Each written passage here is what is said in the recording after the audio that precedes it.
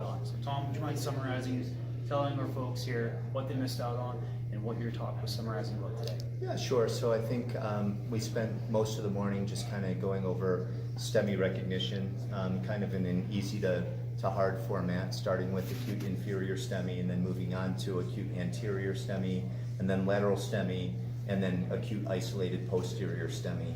And then in the afternoon, we moved on to STEMI equivalents. So those are ECG findings that aren't conventional STEMI criteria, but still mean that the patient probably has an occluded artery and needs to go to the cardiac cath lab. So these are things like DeWinter T waves, for example. We talked about hyperacute T waves, and we discussed a little bit about left main coronary occlusion, or at least the controversy behind so-called left main coronary occlusion, ECG findings, or ST elevation and lead AVR. And then we wrapped up the day talking about mimics of acute STEMI, including LVH with strain, and we talked about paced rhythm.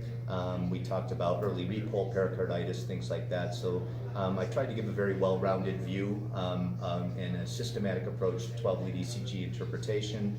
Of course, considering the patient's history and clinical presentation and interpreting the ECG within clinical context, just to enhance paramedic decision-making out in the field. Sounds like you provided paramedics a full day of education and learning on ECGs. I'm pretty sure you changed a lot of thought process of interpretation for all of our paramedics here, and we thank you very much for coming by, and we look forward to having you again. It was a pleasure.